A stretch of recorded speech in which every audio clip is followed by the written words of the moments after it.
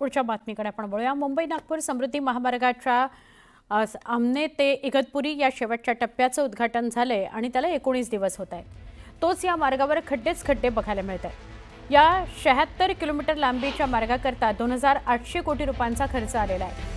आमने इथून पुढे 31 किलोमीटरवर शहापूर जवळ ओव्हरपासच्या पुलावर खड्डे पडलेले आहेत। त्यामुळे राज्य महामंडळाच्या रस्ते विकास कामावर टीका होते।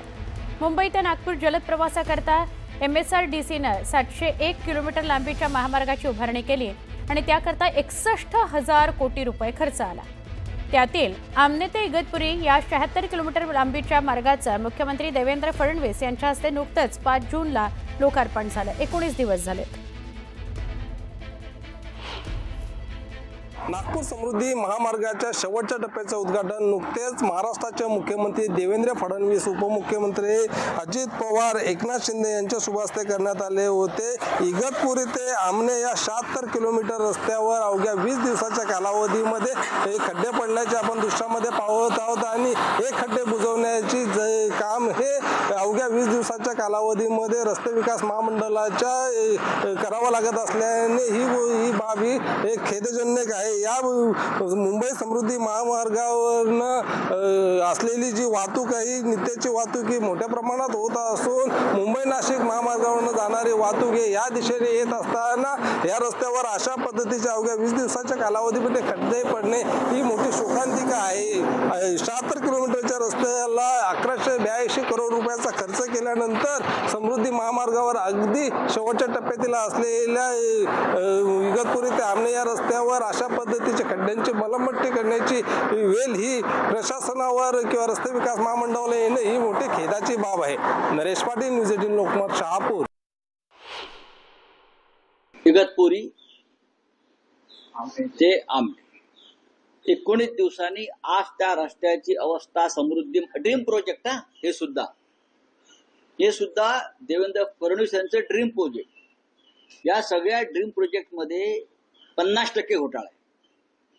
या सगळ्या ड्रीम प्रोजेक्टचा पैसा, अर्धा पैसा हा निवडणुकीमध्ये मतं विकत घेण्यासाठी, आमदार खासदार विकत घेण्यासाठी, शिवसेना आणि राष्ट्रवादी काँग्रेसची लोक विकत घेण्यासाठी या सगळ्या ड्रीम प्रोजेक्टचा पैसा बाहेर आला ठेकेदारांकडून आणि खर्च झाला।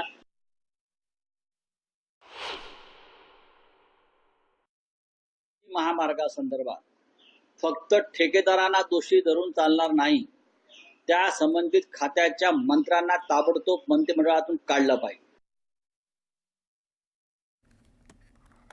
शक्तीपीठ हायवेच्या भूसंपादनावरून धाराशिवमधील शेतकरी आक्रमक झाले। शेतकरी जिल्हाधिकारी कार्यालयात घुसले, जोरदार घोषणाबाजी सुरू झाली। शक्तीपीठ महामार्गाला शेतकऱ्यांनी विरोध केलेला आहे। जिथे जिथे भूसंपादन होईल तिथे तिथे विरोध दर्शवला जाईल असं शेतकरी सांगतायत। हा शक्तीपीठ महामार्गच रद्द करा असं त्यांचं म्हणणं आहे।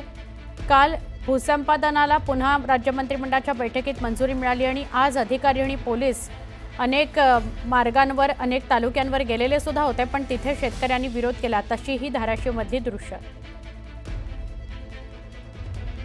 शक्तीपीठ महामार्गाच्या भूसंपादनाकरता पुन्हा अधिकारी आणि पोलिसांसह धाराशिवच्या खुंटेवाडी परिसरात ते गेले।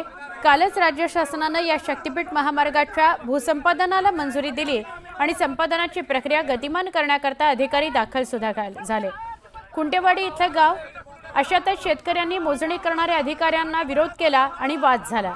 पोलीस आणि शेतकऱ्यांमध्ये, अधिकारी आणि शेतकऱ्यांमध्ये हा वाद झाला। जीव गेला तरी चालेल पण भूसंपादन होऊ देणार नाही अशी भूमिका शेतकऱ्यांची आहे। त्यामुळे परिस्थिती तणावाची बनली।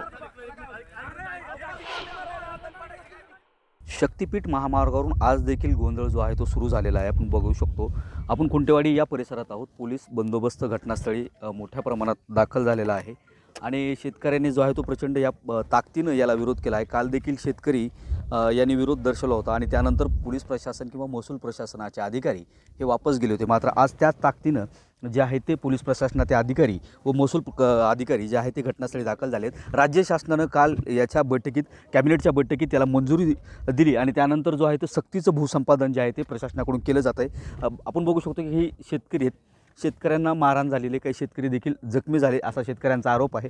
पोलिसांच्या देखील हाताला लागले, झटापट जी आहे ती शेतकरी व पोलिसांच्यात झाल्याचं आपल्याला पाहायला मिळतंय।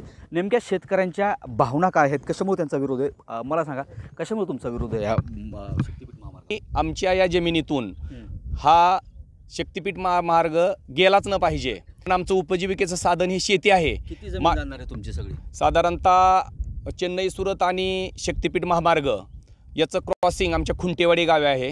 साधारणतः 400 एकर जमीन आमच्या खुंटेवाडी शिवारातील जाणार आहे. त्यामुळे आमच्यातला खुंटेवाडी तील जे शेतकरी आहेत ते सर्व शेतकरी भूमिहीन होणार आहेत. ह्या शक्तिपीठ महामार्गाला विरोध आहे. आम्हाला हे किती भाव करणार आहेत यापेक्षा आमच्या जमिनी नाही गेल्या पाहिजे, कारण आमचं उत्पन्नाचं मुख्य स्त्रोत हा शेती आहे.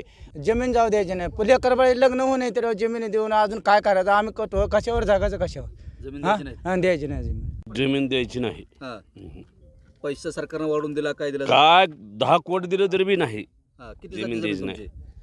5.5 एकर जमीन जाते. 5.5 एकर जमीन जाते. जमीन द्यायचीच नाही. सरकारनं जर अशी जबरदस्ती केली तर आम्ही या ठिकाणी आमचा जीव जरी गेला तर आमची माघार नाही. आम्ही कसल्याही परिस्थितीमध्ये आमचा 1 इंच जमीन ह्या शासनाला आम्ही शक्तिपीठ महामार्गासाठी देणार नाहीत.